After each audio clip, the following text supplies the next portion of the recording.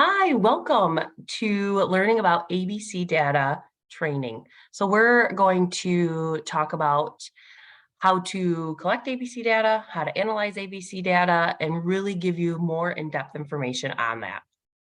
We are hoping that you use this video as refresher training, because if you've already gone to our full FBA functional behavior assessment and PBSP positive behavior support plan training, you would have gotten some of this information already. So we're hoping that this is a kind of a refresher video on really how to collect the ABC data, and then truly we added a component of how to analyze it. We're learning that sometimes that's the most difficult part. So we really did some extra coaching on how to do that. If you also are needing to use this as a training video for others, of teaching them how to collect ABC data, that can be used for that as well. So hopefully we can get that all going for you. Start off, I'm Stephanie Dye. I am a special ed behavior consultant at the MAISD and one of the FBA PBSP trainers. And I am Stacy Hopkins-Trump, the other special ed behavioral consultant at the MAISD, and also the other FBA and PBSP trainer. I love that Steph identified what FBA and PBSP are, so we try not to throw around acronyms unless we define what they are for you. So welcome, and we hope you enjoy this training.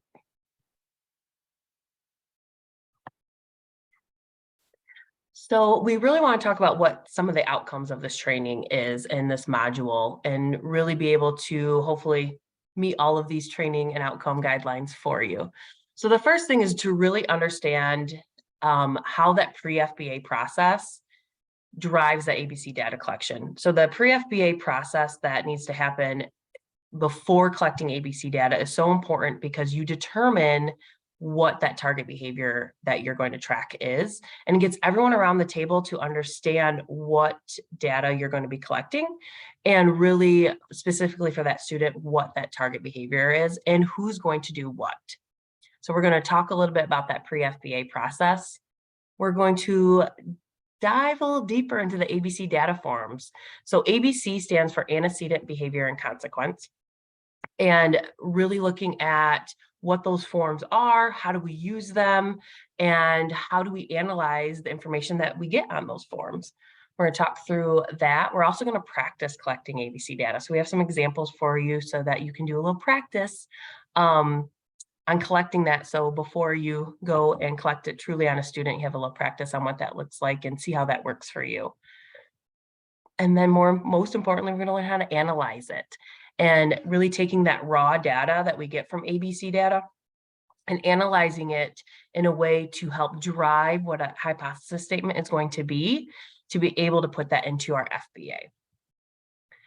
So you can use this, like I said, as a refresher tool or a training tool. Maybe you're a teacher and you have a para that's going to be helping you collect ABC data. This is a great tool to be able to use to help them see what they need to do and understand the form. So hopefully this tool helps you with that process as well. Okay, so we are actually starting with this pre-functional behavior assessment process. And this is actually something that, as Steph and I have coached throughout the county, we realized was missing. We would show up to write functional behavior assessments, and either the data wasn't taken correctly, or everybody sitting around the table had different ideas of what behavior was the most important. And it's really frustrating to spend a lot of time on something and have it not give you what you want. You know, we know the purpose of a functional behavior assessment is really to figure out the why behind a student's behavior. And in order to do that, we need to start with a process that allows everyone to sit around the table together and figure out a direction that we're heading in. So we have this checklist, and it has evolved over time, and we really feel like this is the setup for success when writing functional behavior assessments and then positive behavior support plans. You cannot skip this component, because if you don't correctly identify the behaviors of concern of all of the staff who support a student, you will miss things along the way, and then we lose staff buy-in, and sometimes we're not targeting the right things. So The first thing we want to do is this pre-FBA checklist. It's an actual meeting that we're going to have. It doesn't have to take very long, but what we put in on the front end really saves us time when we go to write that functional behavior assessment. So this really sets us up for success to take the data the correct way too. So the key players, when you have a student in special education, the key players are pretty much that student's IEP team. It's a little bit more difficult when we have a student in general education because yes, they have a team of people who support them, but it's not as easily identified sometimes. So really kind of thinking ahead as to who really needs to be around the table. The question there about having access to MIPSE, that's our Power School for Special Education. And the cool thing is in our county, we have one form that's consistently used throughout our county for functional behavior assessments and behavior plans, but you have to have access to it. Most special educators have access to it if that particular student is on their caseload. So if you have a student in general education, it is possible to access them through this system, but you generally have to go through your administrator to figure that out because you need to have that access to be able to utilize the forms. So just trying to figure that out can sometimes be a barrier. So you want to make sure you have that conversation. Data sources. Many of you in the county use Swiss. A lot of times you can bring that to the table because it will help you potentially target what behaviors you want to look at for the student moving forward with the data collection. The facts, it's an interview that really kind of drives home the why behind a student's behavior. It kind of gets us started.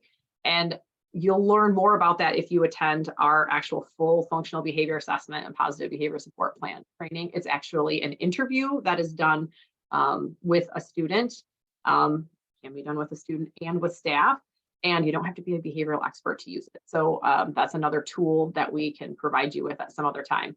The ABC data, that's really what we're going to be focusing on today and how we collect that. We always like to involve parents in this process, even if they're not physically sitting around that table. What conversations have we had about behavioral concerns? Any outside agencies, same thing, like have we collected information from them? They're not necessarily sitting around this table for the pre-FBA checklist or for the meeting. So the biggest part of this is who's going to, once we decide on these target behaviors, who's going to analyze the data, who's going to train staff how to take the data. Maybe you can use this video to help support that, which we hope you do, because that's why we're doing this. Use it as frequently as needed. One of the main parts of this meeting really is, once everybody's around the table, figuring out what behavior we're going to take data on. Now, there might be 5 or 6 people sitting around that table, and each one of them have a different idea of what they would like to target for that student based on their experiences with that student. We need to make sure we prioritize those behaviors while also including all voices. So really ensuring staff that at this moment in time, we might not be choosing a particular behavior that you're concerned about because these other behaviors might be more unsafe or more disruptive to that student's learning. So we're going to target those things first. It doesn't mean we're forgetting about some of the other things. So the outcome of this meeting, this whole team, and we're gonna talk about a process called meeting mechanics that will help you define and prioritize that target behavior. But when you leave this pre-FBA meeting, you really need to have that action plan around when are we going to start the ABC data, like a start date, like maybe it's 2 days after this meeting. And then you want to have an end date for that ABC data. Obviously, student attendance, maybe suspensions, those sorts of things, maybe vacations might interrupt that cycle, but we at least want to try and start there. And then a separate date of when we're going to sit down and analyze this data, which is a different date. I know it sounds like a lot of meetings, but it really isn't, to set the date of that FBA. We don't typically analyze the data the same day we have that meeting. In case there's issues with the data we might need to look into, and we'll talk more about that. So the last thing, if you are a student in special education, only students in special education must have a read to review that existing evaluation data, because this is an assessment. The ABC data is being used for an assessment. Only if it's being used for an assessment do you need to get parental permission. Let's just say you're curious as a teacher and you or a staff, and you want to collect some ABC data because you're seeing some initial things and you want to look at maybe what's going on with this child. You're not going to write an assessment. You might be able to figure out what's going on just by taking data. You don't need to fill out a read or get parental permission. We take data on students all day long. It's only when you're using the ABC data for the functional behavior assessment. Now, if you're talking about a general education student and you want to write a functional behavior assessment because it doesn't just live in the special ed world, you want to get parental permission. I'm assuming the parents would already know about what you're doing because there's probably been some issues and you've had some conversations, but just making sure that they are aware that you are assessing their child and looking at behavior. I think that's about it for that one, unless I missed anything. I don't think so. All right, so meeting mechanics. You might have heard about this, and it's a very formalized process. We have taken that formalized process and made it a little bit more informal. Again, if this resonates with you, this is something you can use in other meetings too. But what we do is we typically have a whiteboard and someone will stand up and we talk about the student strengths because, the first thing you need to talk about when you write a functional behavior assessment are the student strengths. And this isn't like Johnny comes to school every day and Johnny likes to play with Legos. Those are all great things to know about Johnny, but we really want to think about the strengths in terms of behavioral, social, and academic strengths. If you're sitting here thinking, well, some of my kids aren't very strong in these areas, that's okay, but you want to pick out what they can actually do in those areas. So for example, if you have a 7th grader and their strongest subject is math and they're at a 3rd grade level, if I'm reading that, oh, Johnny's strongest subject as a 7th grader is that he's at a 3rd grade level in math, that's probably going to tell me that maybe there's some academic issues going on. We still want to try and pull out as many strengths as we can. Then you talk about what are your concerns, and everybody, that's where everybody's voice gets into that room, where you talk about behaviorally what's going on with that child. This will help you. Remember, the goal is to narrow it down to figure out what behaviors we're going to target for data collection. You may have a big long list, and the fun part is then you can take that list and look and try and find patterns and similarities and themes within those concerns, and you can group them together. What oftentimes happens is we have behaviors that might be unsafe that are kind of grouped together, and then we might have some of these other behaviors maybe that other people aren't seeing, but they still end up, but you kind of see a theme throughout that student's day. And then we have to prioritize. The focus for data collection, you really shouldn't have more than 3. And honestly, more than 2 is probably really your limit.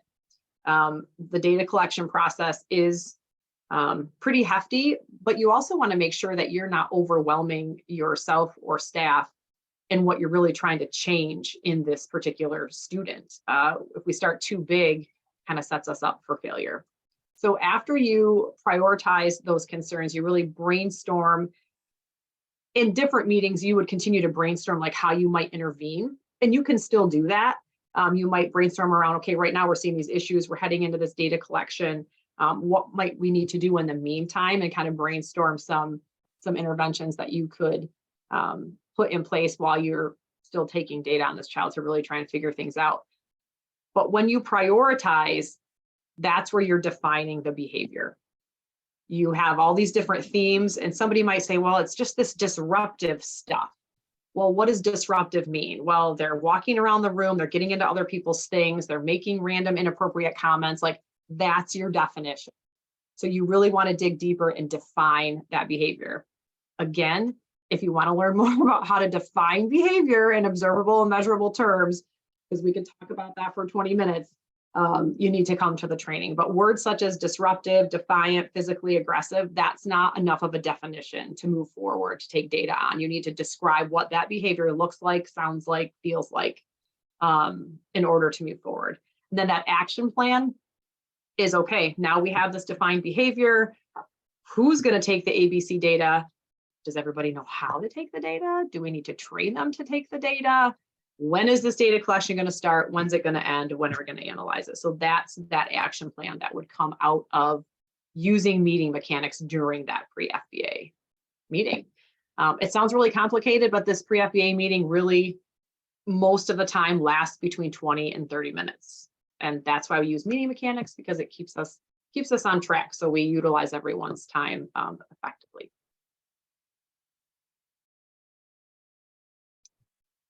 So we use this slide a lot in our trainings. The kids who need the most love will ask for it in the most unloving of ways.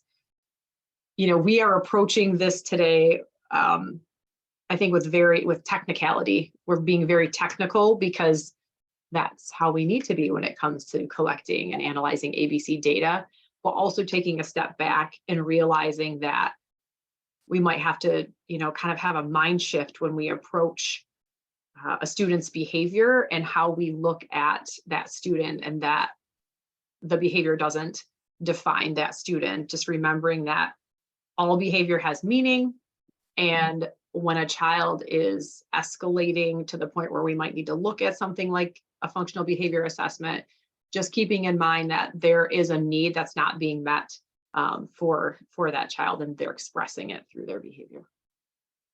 Yeah, and I think that's why it's so important to look at this and learn how to do ABC data, because that's going to drive what our function is, to figure out, because these students are tier 3 students and that behavior is high risk, we really need to figure out what are they trying to communicate and what are they trying to obtain or avoid by having this behavior. So that's the drives that importance of that ABC data collection.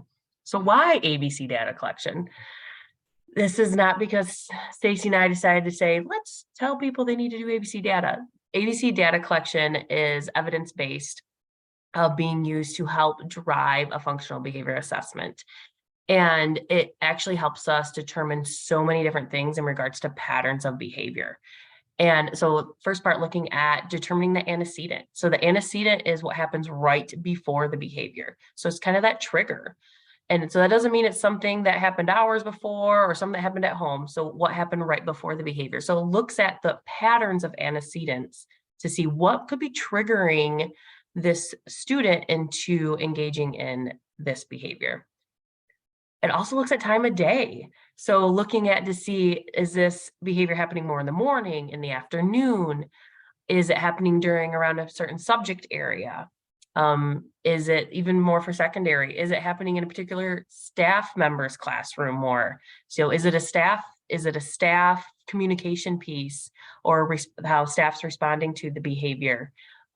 Is it academic piece of, ELA, writing, reading is too difficult for them, so they have a higher increased behavior. So it helps us really target and look at that in regards to time of day and their schedule. It helps us look at the staff response or the consequence or the outcome of the data. So when we're looking at a behavior happening and we're able to document how the staff are responding to that, it helps us look at to say, is the staff response increasing the behavior, or is the staff response stopping the behavior? And it helps look at that pattern too, of how we're responding to the particular behavior for that student. And again, staff response could look different for each staff member. So it's finding those patterns helps, and which then is going to help drive our interventions.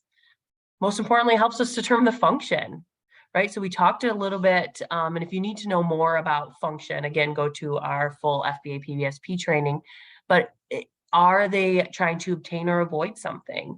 And when we determine what the function is, we're able to look at the lens better of the student, saying this behavior is meeting a need for them versus they're just doing it to be manipulative. So what need are they meeting for that, and for that behavior with the function, which then helps us drive our interventions to make sure they're function-based interventions when we get to the PBSP. It helps us clarify the frequency and duration. How many times a day is this really happening? There's a lot of times we meet with teams, they're like, it's happening all day long. Well, let's take data to really see, is this truly happening all day long? Sometimes it feels like it, but can we look at the frequency? What's the average amount per day or per week that this student is engaging in that behavior? And then what's the duration? Is this a 30-second behavior? Is this a 2-hour behavior? What's that duration? And again, that gives us that baseline data before we go to implementation of different interventions. And then most importantly, helps make that data-driven decision, helps us drive what our interventions are based on the data, and we're able to help support the student in the academic environment better with function-based interventions and meeting the needs of the student versus just trying different things and guessing. And then that's when staff tend to get frustrated or overwhelmed because we could be making the behavior worse based on our intervention. So that data truly drives our decisions when working with that student. So let's practice. We're going to practice taking some data. So in your participant guide, there is a link in there for a blank ABC data form. So you can pull that up to the side, but for right now, I want you to just take a sticky note or a piece of paper, scrap piece of paper, whatever you have. And we're going to watch this video about Joshua. And I want you to take data on the video.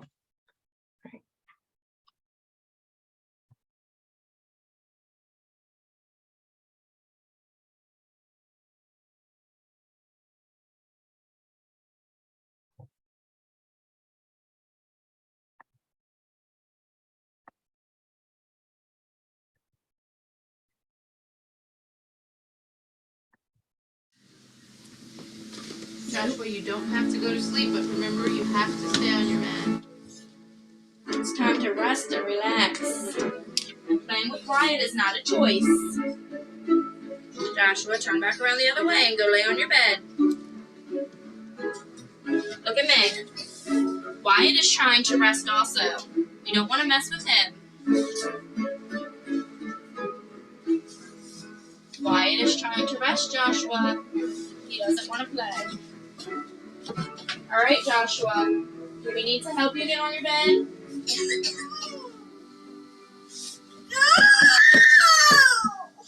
Tell Miss Leslie what you want. I'm not going to come back over there, Joshua, if you're kicking Miss Debbie.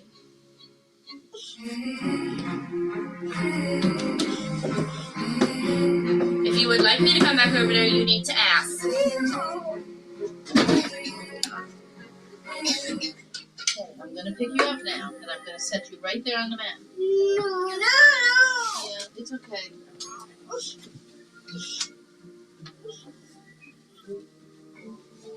And I'm going to take the dinosaur, because we're not allowed to have toys if we don't stay on the mat.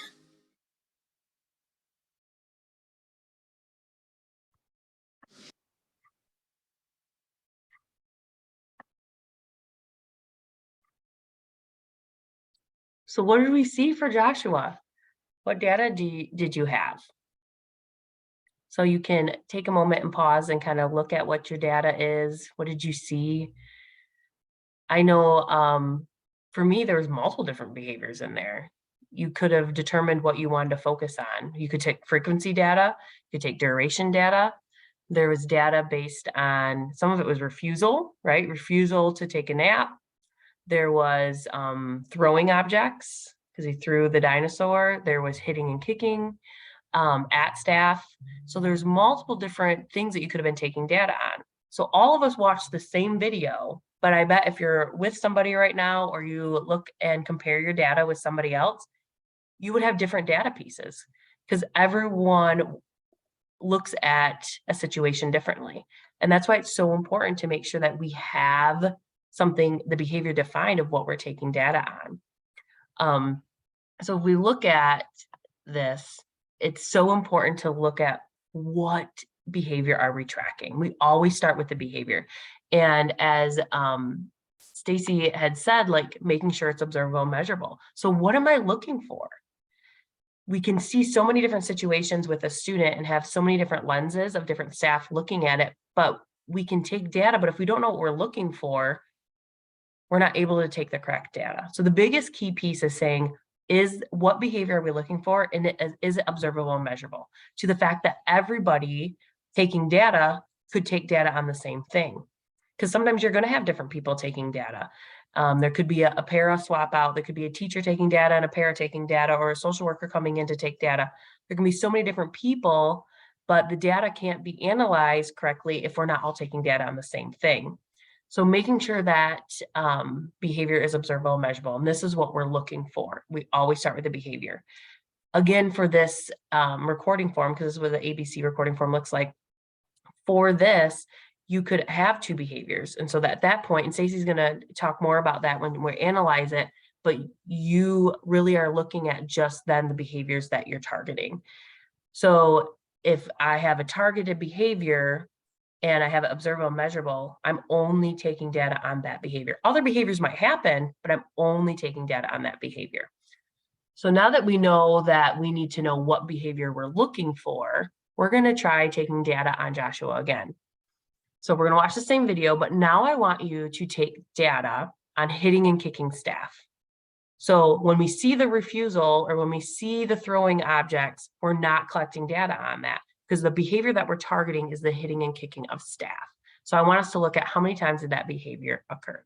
So get back your sticky note or piece of paper to jot down how many times does hitting and kicking occur in this video.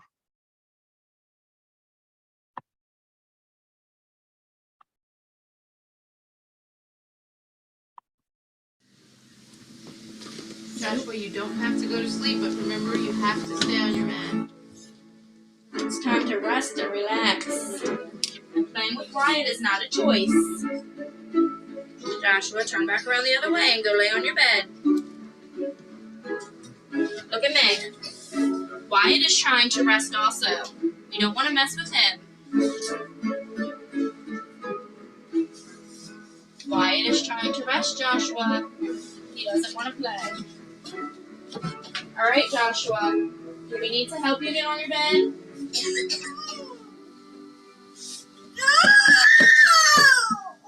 Tell Miss Leslie what you want. I'm not going to come back over there, Joshua, if you're kicking Miss Debbie.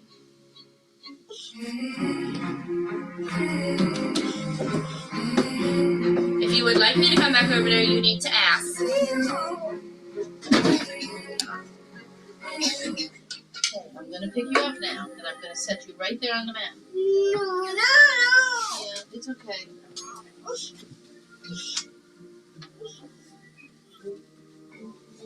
And I'm gonna take the dinosaur, because we're not allowed to have toys if we don't stay on the mat.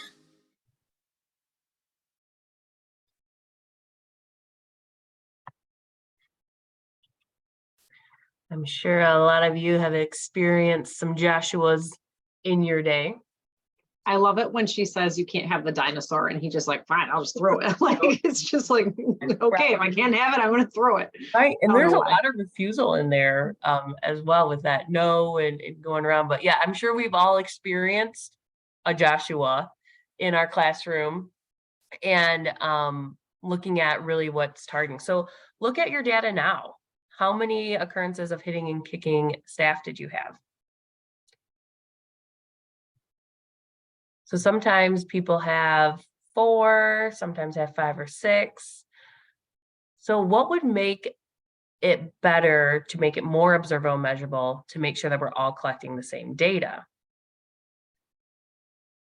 I think some of it is there's a difference between hitting and kicking at staff and then hitting and kicking actually making contact with staff. So we would need to make our behavior a little more descriptive of, are we tracking his attempts? Are we tracking actually when he does it? Because there were some times where he was just kicking and staff were by. So does that count? Or there's times he actually targeted and kicked staff. So again, we would need to make sure it's even more observable and measurable, but it allowed us to, when we knew what we were looking for in the behavior, it allowed us to collect more efficient and effective data. So making sure that that behavior is defined in an observable, measurable way, which is then going to help drive our data collection. So next, we need to look at where and when am I taking the data? Where and when is this behavior happening? So when we look at the activity or the task, that's going to be our where. So we really want to look at what is our routine. Is this happening more in large group instruction? In Joshua's situation, is this happening more at nap time? Right? So we're going to document that. The key piece with ABC recording form and these check boxes, you only check one box per bigger box.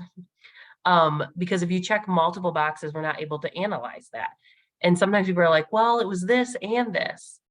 That's okay. Check just one and give your best guess of what it was at that time. So large group instruction, small group, independent work, unstructured, you can be more specific. So if maybe it was independent work time and it was during silent reading, maybe we'll see a pattern with that.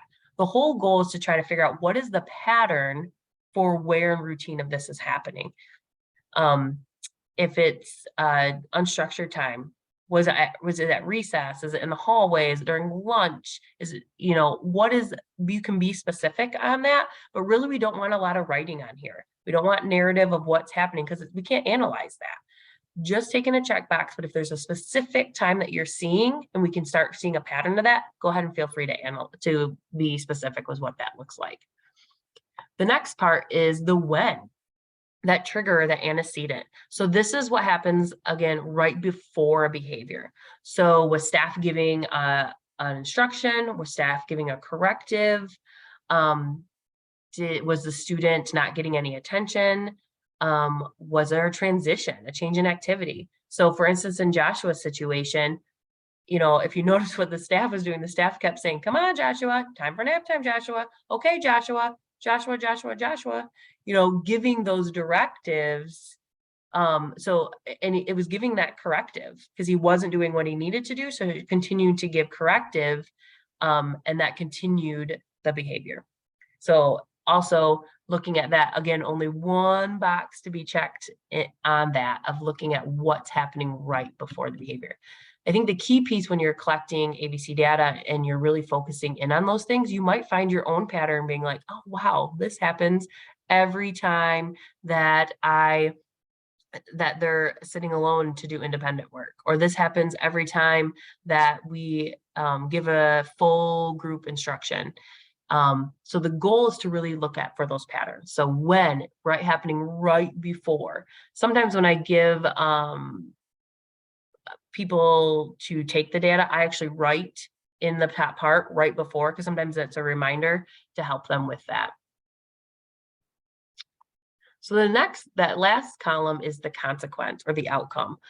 So when people look at consequence, sometimes they think of it as a punishment. So the definition of consequence in regards to ABC data is the outcome or the result. So what happens right after the behavior occurs? We really want to see what was the staff response. And again, in this situation, you're checking one box, but you don't have to don't try to analyze the situation, try to figure out the function for each incident. Just check the box of what happens right after. When we go to analyze it, and Stacy will show us how we do that, we're able then to figure out what the function is better after we analyze all of the data points. So for that purpose, just check the box what happens right after. So in this situation with Joshua, the behavior was happening, right? The refusal of taking a nap and wandering all over. The immediate response was adult attention was provided. So the adult then would respond by, "No, Joshua, oh, don't make me come back over there, Joshua. If you're not being safe, I'm gonna have to." Same thing with the dinosaur situation, right? So you can't have dinosaurs in nap time. So it was given a corrective. He threw the item. The response then was, "Okay, Joshua, we don't throw items," right? So giving that response. But as we are able to analyze, we're able to look at and find the pattern of the response of staff or the response of other peers in the situation when the behavior happens, and that helps determine our why. So if we're able to look at that to figure out, why is this kid engaging in this behavior? What are they trying to obtain or avoid from it? When we're analyzing it, you can see that it helps drive to look at that function based on the response given to the behavior.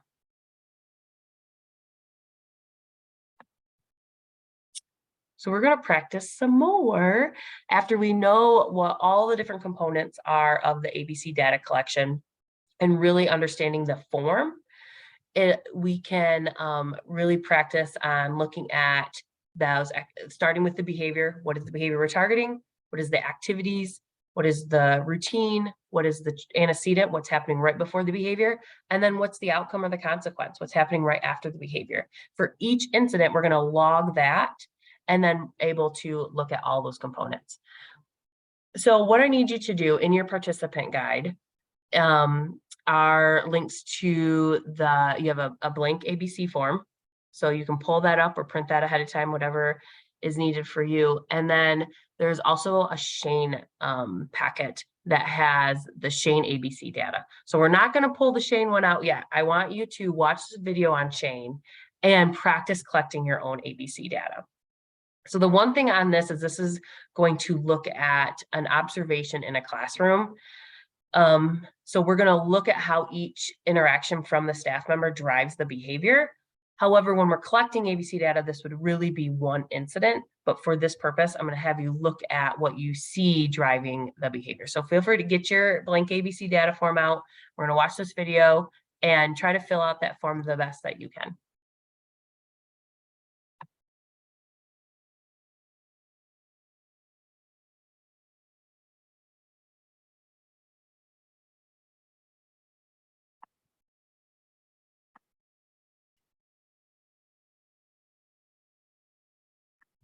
Okay, take out your math books, turn to page 47, please. Look at problem number 1. Shay, would you take out your math book, turn to page 47? Shay, would you work that problem for me? Who'd like to work it? Okay.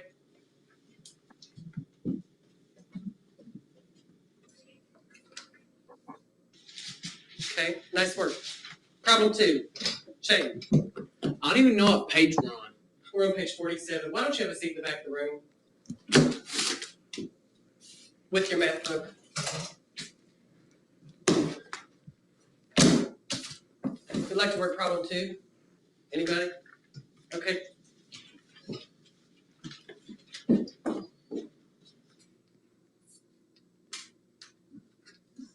Is that correct, Shane? Shane, is that correct? Hey, we're not going to go on until you answer me. Is it correct? I'm not playing your stupid game. Excuse me, I need you to have a seat. Shane, don't walk away from me. Shane.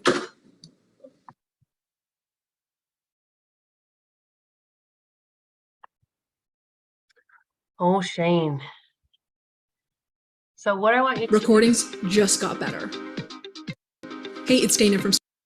What I want you to do now is to take a moment and pause this video, pull out your Shane packet or Shane ABC data collection form that's already filled out, and then take your ABC data collection form that you just filled out on Shane and kind of compare the two. So go ahead and pause this video and take a moment and compare those two.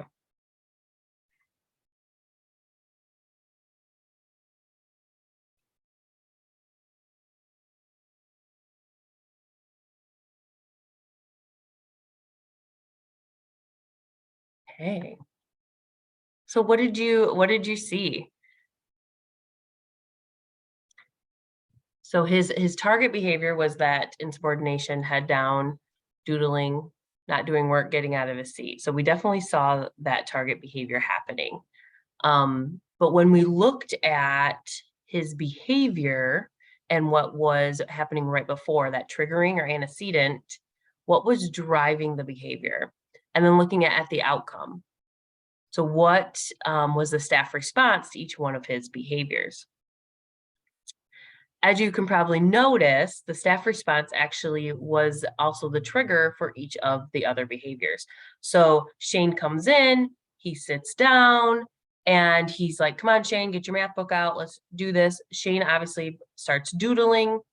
He then redirects Shane again and says, come on, Shane, what's the problem? What's the problem? You need to move to the back of the class. Shane gets back there.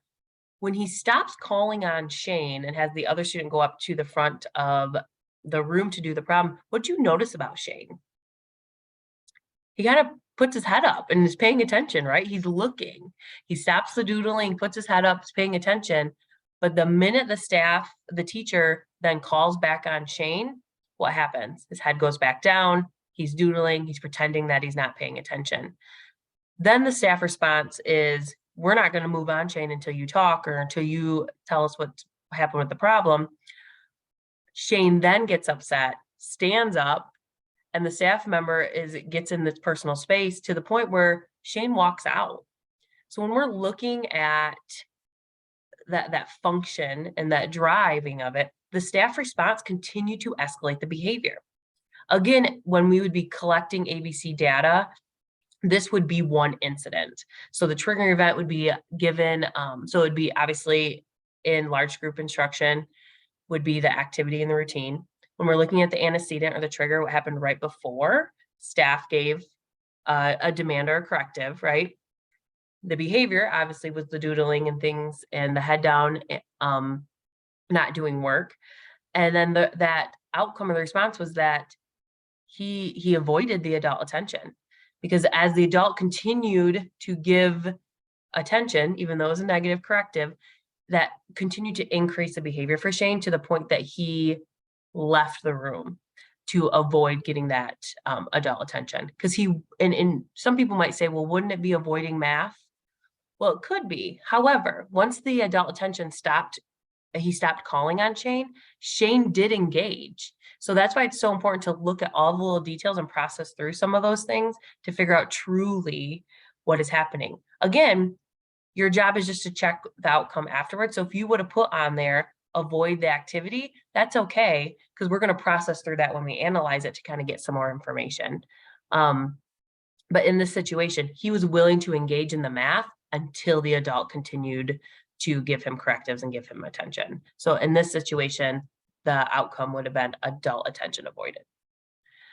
So I know that video is a little old and it might have been a little blurry. So if you want to watch that again or want to see if it's a higher quality video on your screen, the video is linked in your participant guide that you can watch it again, or even after processing through this, you're like, oh, I kind of missed that. I would like to watch that again. Feel free to watch it again. And you can get that information too, but that is in your participant guide under Shane.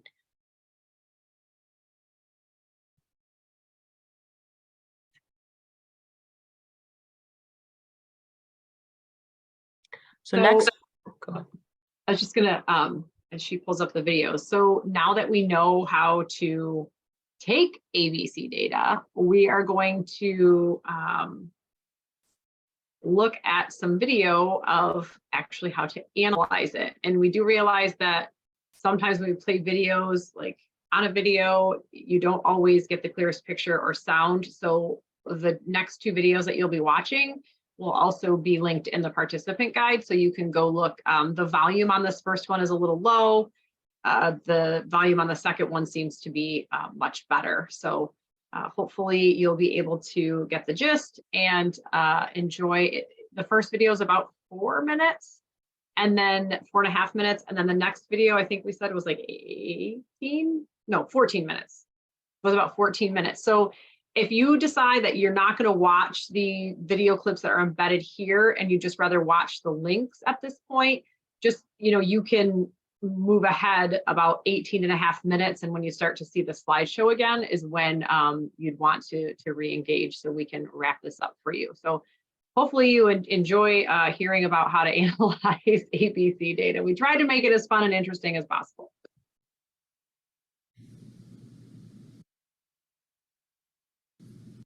So if you are watching this video as part of the ABC data module, you just learned how to collect ABC data, and now we're going to learn how to analyze it. It really isn't as scary as everybody thinks it is. If the data is collected correctly, the analyzing part is pretty easy. And once you've analyzed the data, you'll have everything you need for your functional behavior assessment. So when we analyze ABC data, who does it? Well, some people might say it's your school psychologist or your school social worker, and they may be correct. Sometimes it's those people in your building that have more experience with analyzing data, and that's fine. It could be a teacher. I've sat and done it with a principal before. So if you know this process, anybody really can analyze this data. You don't need a whole room full of people. You really need, I would say, at least 2 people, one main person analyzing and kind of another person for checks and balances. You always want to make sure, though, that the main person who took the data is available to you in case you have some questions. There's usually questions when we're looking at analyzing the data. I've gone into analyze data never having taken one piece of that data. and that's absolutely fine, just as long as I have access to the person who took the data. When do we analyze it? Not the day you're planning on writing the functional behavior assessment. I would say analyzing it a couple of days prior really helps you see if you have any holes or gaps in your data. And then that will allow you, if you say, oh man, we're really not sure of the trigger of this one behavior, you can, over the next couple of days, just take data on that one particular piece. We're not saying you have to keep taking ABC data on everything, but sometimes if there's a gap or a hole, you might need to go back and take some more data. I know nobody's favorite thing when they're told to take more data, but you don't want to have everybody sitting there for a functional behavior assessment and just having analyzed the data and realizing you don't have what you need. The how, that gets to the fun part. I'm going to flip this handy dandy word over, which I just learned flips over and doesn't just turn around. So we made a cheat sheet for you that we'll share with you in just a few minutes, but this is how you should start out. Make this very routinized. You always want to think about how many days of data do we have. So if you say, well, we collected data for 12 days. Okay, but how many days was that student present? Because we don't want to throw off our data. So you might have had an absence, sometimes there's a suspension, the student might have had an appointment or something, so you only want to count the days that the student was actually present during that time frame. And then you want to count, and we're going to show you exactly how to do this, how many incidents there were of each target behavior. So up here it says TB1. So we would go through our data collection sheets and only focus on how many actual incidents did we have, that's it. So we might be able to say, wow, out of 8 days of data, we had 30 incidents. So out of 8 days, we saw 30 incidents of whatever that target behavior is. And then once we've isolated that particular target behavior, because sometimes we have more than one, a lot of times we have more than one, and we don't want to analyze those behaviors together. They need to be pulled out. That's pretty much the first mistake everybody makes, is they just start tailing everything up and then they realize, we can't combine these two behaviors together to figure out the function. And if some of this language, functional behavior assessment function, doesn't sound familiar to you, we do have a training, a whole day training that focuses on functional behavior assessments, positive behavior support plans. So if this seems way out of reach for you, you can think about attending that training. We also do this training in district as well, so just a couple of other options. So then we're going to take all of our data, one behavior at a time, and look at, okay, when we see this behavior, where were we? What was going on at the time? What triggered that behavior? What set it off? And then we talk about what happened right after the behavior occurred. Like, what's the student getting out of engaging in this behavior? We do that for each target behavior. So now I'm going to show you, as if we were sitting together at the table, how we would analyze this data.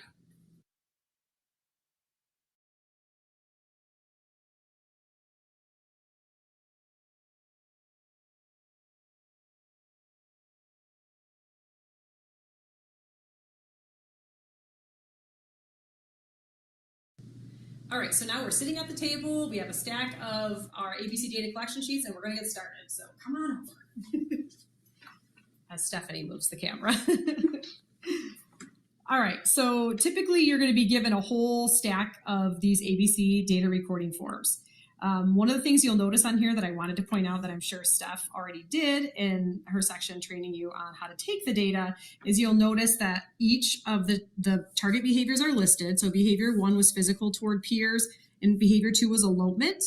And then you'll see at the bottom, we have those definitions. So anybody taking that data would know what behavior they're actually looking for. So one of the things I wanted to point out was we have 2 different behaviors on here. A common mistake that people make is they just want to tally everything up on this whole entire sheet. The first thing that we need to do is make sure that we isolate each behavior. And like I said before, looking at this data a couple of days before you do the functional behavior assessment is very helpful. And even if you're only like 1 or 2 days into the data collection, taking a look at it to see if there are any errors, because you do not want to get to day 9 or 10 and realize that there are lots of errors in the data collection. So you'll see I have my handy dandy blue and yellow markers, go blue, and I've already isolated behavior 1 to save us some time. So what I would typically do is I would take this and I would highlight each one of these behaviors. And then I would count them all up because I need to know the number of days of data. And for this purpose, we're going to say we took 10 days of data. Remember, it's the amount of days the student was in person in the building. Even if you say, well, we took data for 15 days, well, but he was here for 10 of them. So now I want to count up the number of incidents. And this is for target behavior 1. So I'm going to write that down because you might have 1, 2, or sometimes 3. We recommend no more than 3 because that's a lot of data. So let me count each one. So 1, 2, 3, 4, 5, 6, 7. None on that page. 8, 9, 10, 11, 12. So I had 13 incidents. Now, if this were real, we would probably like to see more than that over a 10-day period to really show the pattern. So we're going to say out of these 10 days, we saw 13 incidents. Sometimes when we do these, we'll say, oh, out of the 10 days, we saw 2. So that's not a pattern.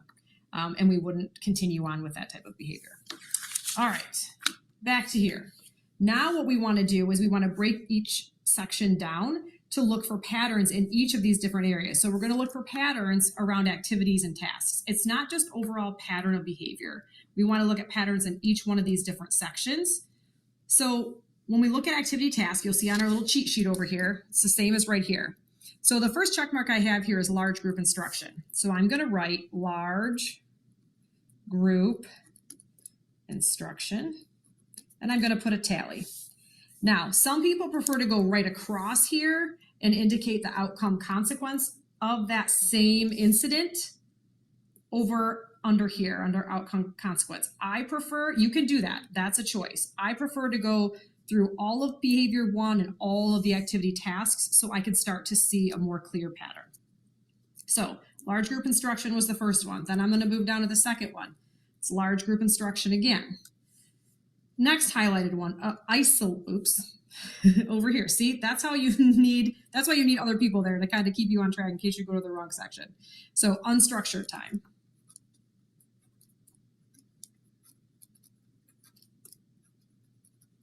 And that's a tally. All right, so I'm done with that page. So I'm gonna flip it over. Okay, large group instruction is another tally. Skipping that one because that's a 2. Unstructured time again. You kind of see a pattern emerging. Ooh, small group. Threw that one in there. So that is one we haven't seen before. So I need to write it down, small group, and I'm going to put my tally. Then I'm going to go down to large group instruction. Okay, there's another one. I'll flip my page. Oh, lots of 2s on that one. We're not looking at that one. So then large group instruction. So that's 5 on that one. Then we go up another large group instruction. Another unstructured time. And that's a 2. Over here, another unstructured time. Another unstructured time. And this last one, oh, we got an independent work in there. So that's the first time we've seen that one. So I need to write down independent work and give it a tally. So 2 things I want to point out here. There's an obvious pattern if you look at large group instruction and unstructured time versus small group independent work. It doesn't mean the behavior didn't happen, but we really want to look for patterns because we're not going to list all of these things on our functional behavior assessment. So I just kind of like to circle, it doesn't have to be pretty, this pattern. The next thing I want to double check is we said we saw 13 incidents of this target behavior. I want to make sure I didn't miss anything, so I need to count these up. So 5, 10, 11, 12. Okay, so I do have 13. So that's good.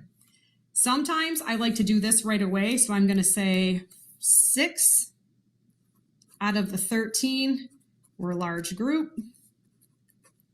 In unstructured time, we have 5 out of 13 are unstructured. Now, these 2 don't add up. We only have 11 and we should have 13. Well, that's because we're not counting small group and independent work at this time because that's not a pattern. So that looks really good. We're going to move on to trigger and antecedent. So I'm going to flip this back over. And now we're in this column, and then we're in this column over here on our help document. I guess it's not really a cheat sheet, but so the trigger for this behavior 1, the first one I see is, okay, with peers. So I'm going to write with peers. I'm going to put a tally.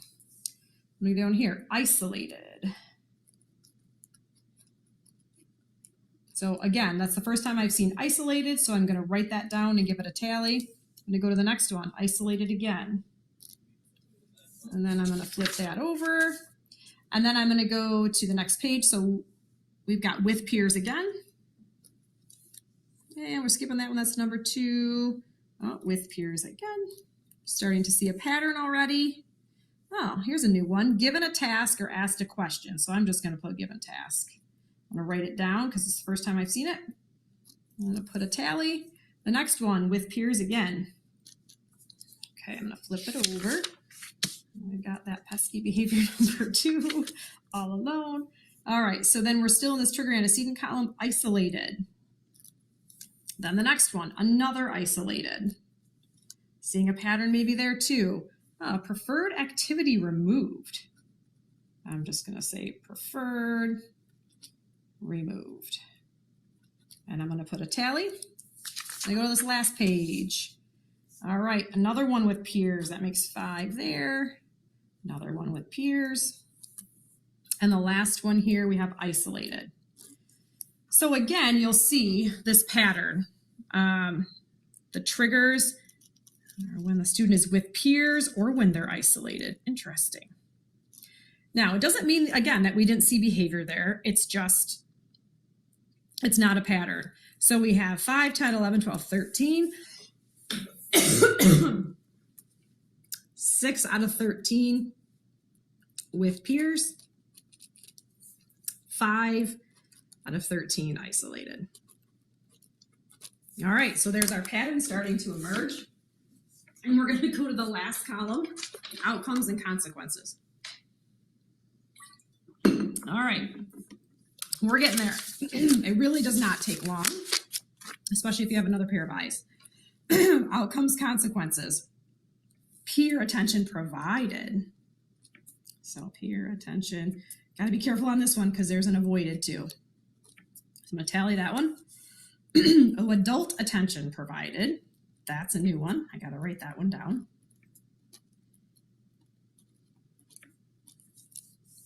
Adult attention again. Next page. Peer attention. I wonder why the student's doing what they're doing. Another peer attention. Another peer attention. And we've got another peer attention.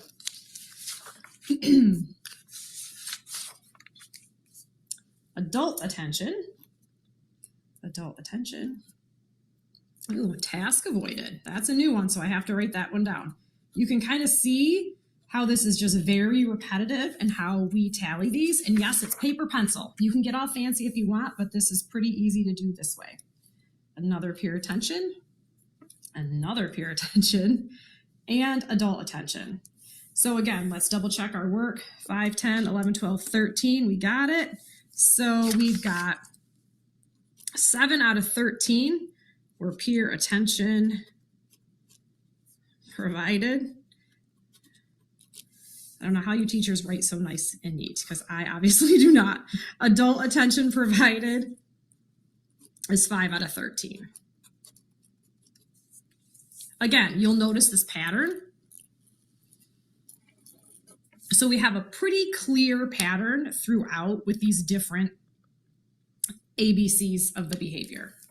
Now, the last thing we want to do is come up with a summary statement based on these patterns. There are some words down below, and this really is your hypothesis statement for your FBA. So you would say during whatever activity task. So it's during, I'm going to say large group instruction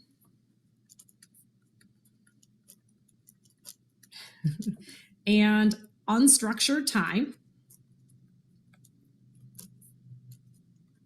Now, I pulled it right from here.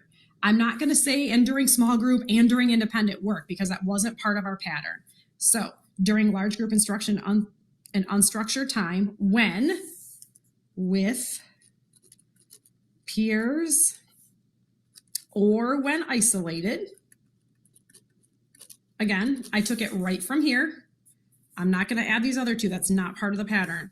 Now, the student behavior, behavior 1, if we remember, I'm not going to write it all out, was physical toward peers. And there's this whole definition down below. It takes item from their hands or off their desks, bops on the head, smacks the back of their head or their back as they walk by, slaps the butt. That's some behavior that I've seen in some students throughout the county, so I just threw that all together. But you would type all of that here. Now you could just put physical toward peers. So with peers or when isolated, the student is physical toward peers. We know we have the definition that will be captured in the functional behavior assessment. And when these things happen, we get peer and adult attention. Now, we would have had some conversations about this data to say, well, what happens? Well, peers laugh and adults tell him to stop. You'll notice those things are nowhere in our data. That's why you have to ask the person, okay, well, after that behavior occurs, and what does that peer attention look like? Well, they laugh, or they point, or they might tell him to shut up, or they might tell him to stop. Same with the adults. Okay, when the adult attention is given, what does that look like or sound like? That's what we're putting here. So when we read this together, so during large group instruction and unstructured time, with peers or when isolated, the student is physical toward peers. The peers laugh and the adults tell them to stop. So when we hear all of that, what might we think the function is? Peer attention and adult attention. So it's to gain adult and peer attention. Now, would it be nice if we didn't have both? If we could say it's really mostly toward peers or it's really mostly toward adults? We might, if we collect more data, be able to isolate that a little bit more, but that is still a very workable function to be able to write interventions in a behavior plan. So that, in a nutshell, is how you analyze ABC data. Now, don't forget, we have a second behavior, so we would have to go through and do this exact same thing for behavior 2, and I'd probably highlight it in a different color, and then I would go through this whole routine again. So that is how you analyze ABC data, and we will give you this guide if you need some more assistance. This is a great help to get you through it.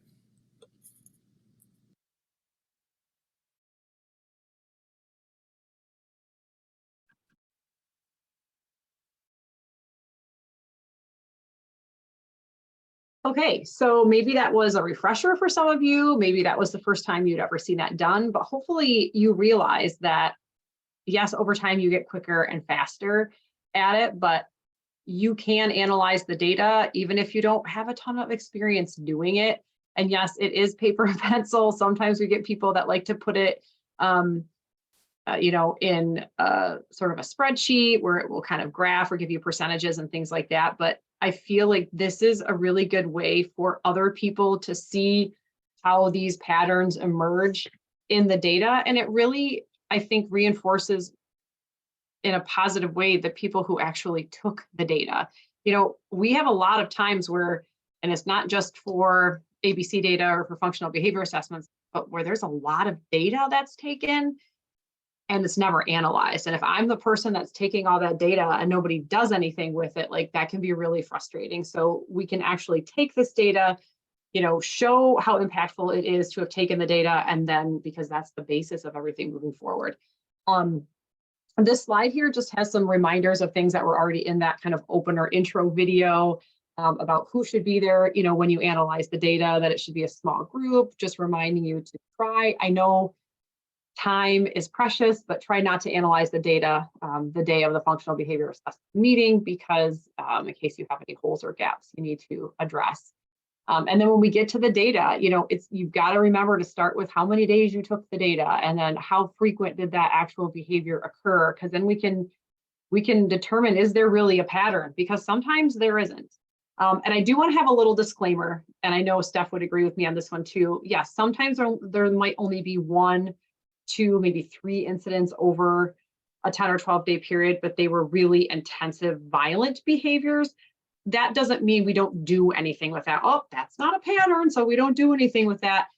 That doesn't mean that at all.